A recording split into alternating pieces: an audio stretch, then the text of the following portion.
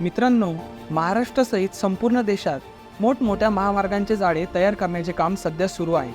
पण तुम्हाला भारतातील सर्वात छोटा महामार्ग कोणता याविषयी माहिती आहे का? आम्ही आपणास सांगू इच्छितो की देशातील सर्वात छोटा महामार्ग हा आपल्या महाराष्ट्रात आहे. नॅशनल हायवे 118 आणि नॅशनल हायवे 548 हे देशातील सर्वात छोटे महामार्ग म्हणून ओळखले जातात. यातील एक महामार्ग झारखंडमधला आहे, तर एक महामार्ग आपल्या महाराष्ट्रातील आहे. हे दोन्ही महामार्ग अवघे 5 किलोमीटर लांबीचे आहेत.